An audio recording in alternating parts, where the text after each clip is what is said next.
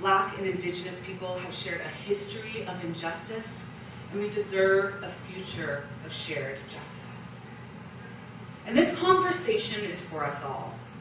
All of us today are going to unpack and learn how to explore violence, oppression, and harm as constraints, harming BIPOC communities, and leaving the oppressed oppressed. At a young age of 10 years old, I was pushed off the monkey bars and called the N-word. I was removed from that school. The next school, I was constantly bullied for the richness of my melanin, the forms of my curls, the way I talked, the way I looked. I grew up in a white town with white family, with white parents, in a white Christian school, where my whole identity was determined by the way that I looked.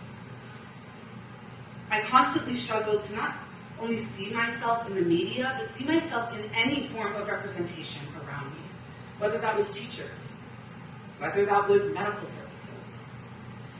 And I even remember a time when I shaved off my eyebrows to look more like Whoopi Goldberg and Coraline, because she was all I knew. And whether or not you won't believe it, Whoopi Goldberg has no eyebrows, go Google it. And of course, since then, I've grown my eyebrows back. I ran away from home in several different forms, and I literally moved cities, traveled countries, and did all I could to disconnect from my experiences in Guelph, whether they were racist, whether it was police altercations that I experienced at a young teen age. Stuff, of course, I never told my family. They were too fragile, and would they ever understand? I know now they weren't, and that they would have to have these uncomfortable conversations in sake for me. I later realized that my voice and my work would bring me right back to the place where I felt most oppressed, most unheard, most undervalued. And I tell you this because this is not even 2% of the experiences I've gone through as a Black woman. And not even a grain of salt, a grain of sand of what my community has gone through.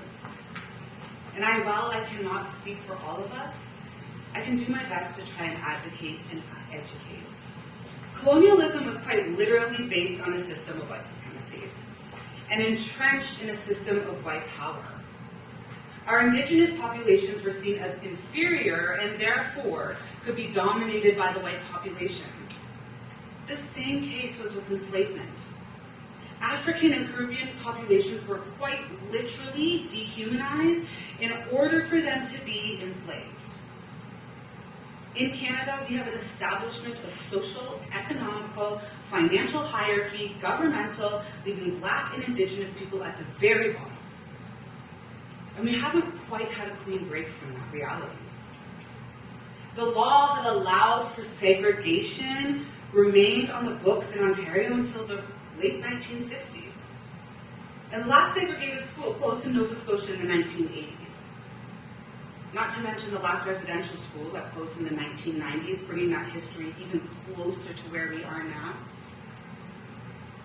And again, we have to recognize the ways that we look at the residential systems and how they just shifted. They just shifted to a welfare system, children's aid that still ripped apart Black and Indigenous families. So we must unpack this. We've heard these words all the time. What is equity? What is diversity? What is inclusion? But really, what is equity really? The result of humanity giving the space for all?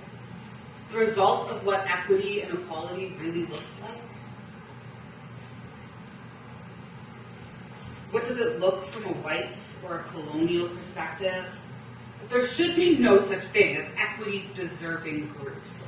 Everyone deserves to feel protected, feel safe, not from harm and oppressors. And while diversity is a really cute word, it is easily thrown around. Diverse from what? Diverse from whom? And inclusion. Are we serious? An environment where everyone feels welcome, so therefore it's exclusive to whom? The rationale behind equity policies and practices is that the demographics of certain bodies would mirror the demographics of the population in any absence of any systemic cultural or institutional injustices. But that just doesn't exist. The problem with diversity, equity, and inclusion is rather than correcting the injustices, they actually reverse the flow. By the way, naturally occurring equity and diversity are actually show of a tolerant society. It's when you're without the diversity and equity that shows the bias. So now if we started looking at equity, diversity, and inclusion as what it truly is for our communities, violence, oppression, and harm, then our committees, our EDI committees, our boards, our governments and structures would look a whole lot different, don't you think? Now, violence is a global phenomenon resulting in deaths of more than 1.6 million people each year, making it one of the leading causes of deaths worldwide. And while no country is untouched by violence, many are stricken by internal conflicts.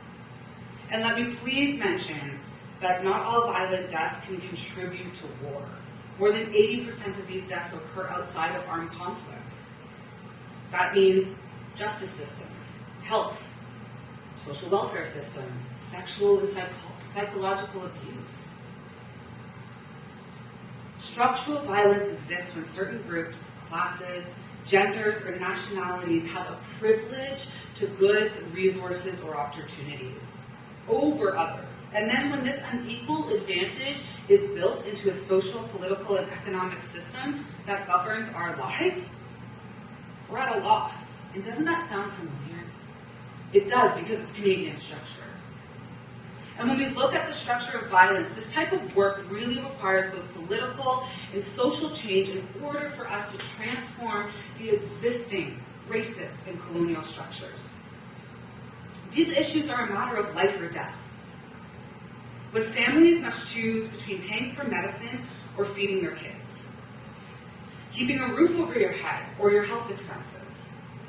And while these choices are things all families experience, the racism embedded into our structural system means that families of global majorities are more likely to face these barriers. We must not only confront violence targeting people of color, but also look at the underlying racist structures that continue to disadvantage BIPOC communities and leave them oppressed. And oppression is the malicious or unjust treatment of exercise of power, often under the guise of authority of government. And oppression may be overt or covert, depending on how it's practiced. And many are facing oppression, not just yearly, not just a one-time basis, nearly every day. People have been marching in the streets and they've had enough of the injustices happening around the world. We are demanding for police to be abolished and to be at least held accountable. We are watching monuments be pulled down of treacherous men. We are defending and demanding land back. And we are calling for the reversal of federal authority in crime. We're yearning for equal pay, and we're pushing for political change. We need people to listen carefully, thoughtfully, and be willing to change your hearts and behaviors. Historically and presently, Black and Indigenous people of color have had to continue to live in a social and political climate that is oppressive, discriminatory, unjust, and unsafe, because our governments and societies have never wanted opportunities for us.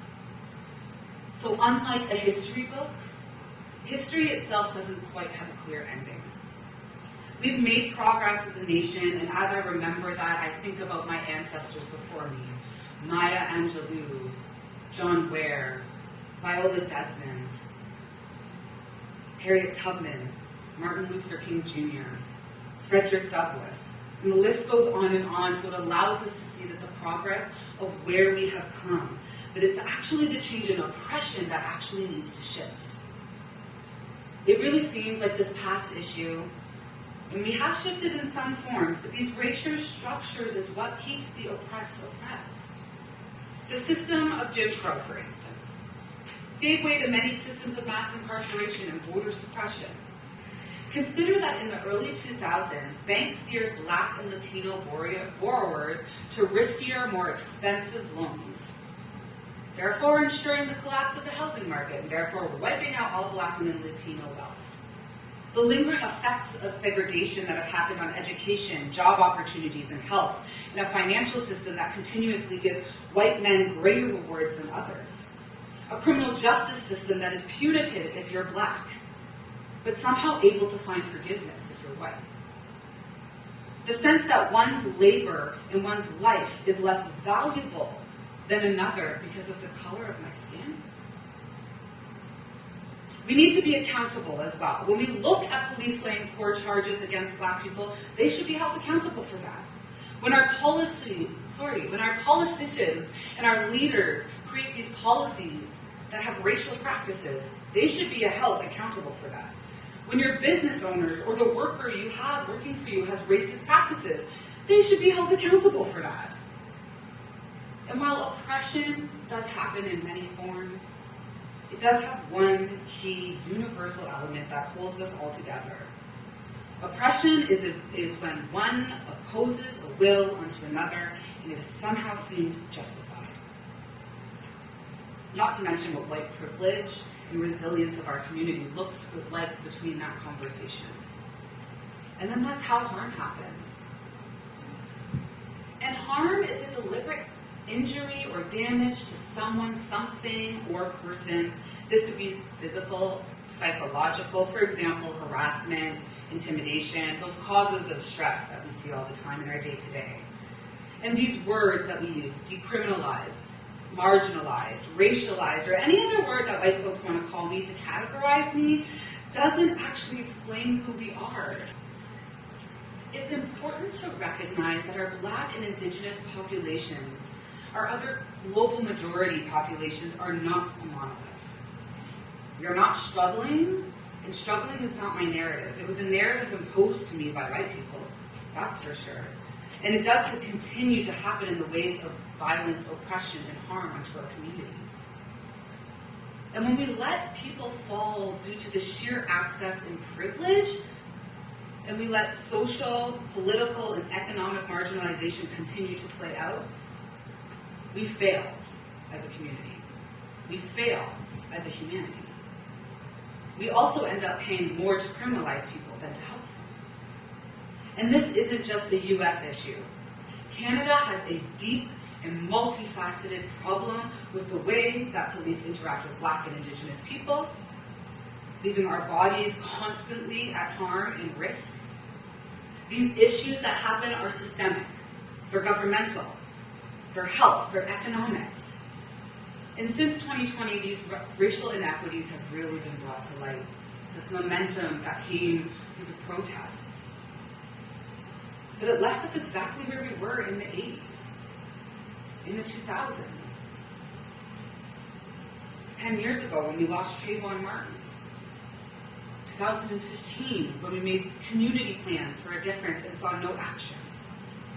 Because for hundreds of years there have been unjust and racist policies that have continued to happen where we work and where we live.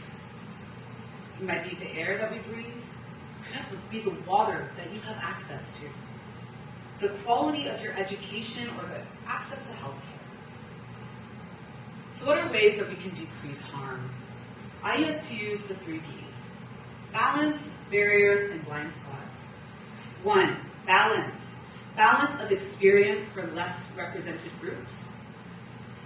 2, barriers to entry, both structural and societal, that might be at play. And 3, blind spots and assumptions that might be working against a more, what we call, inclusive environment. Because right now, it's not time for us to be complacent. We must act. We must educate. We must literally completely transform and change the way we look at society. So where do we go from here? Thinking about equity at an even deeper level of violence, oppression, and harm makes us address deeper questions. We need to stop appeasing white fragility and whiteness overall.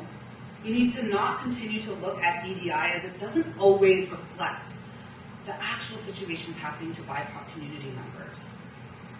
So here are some ways that you can do this. 1, reflect. Easy peasy. Accepting that racism lives within our society is the first important step. You saying racism doesn't exist is racist in itself. So being aware, reflecting on the systemic racism in your position, in the way that it's impacted you and your perspectives. Our experiences can also vary. Don't forget to apply an intersectional lens when you consider the ways that different groups are experiencing violence, oppression, and harm. Make sure to educate. In order for us to move forward, it is essential for us to confront our past with racism and oppression in this country. Having knowledge and understanding of Canada's history and racism provides us the necessary foundation to fight against injustice.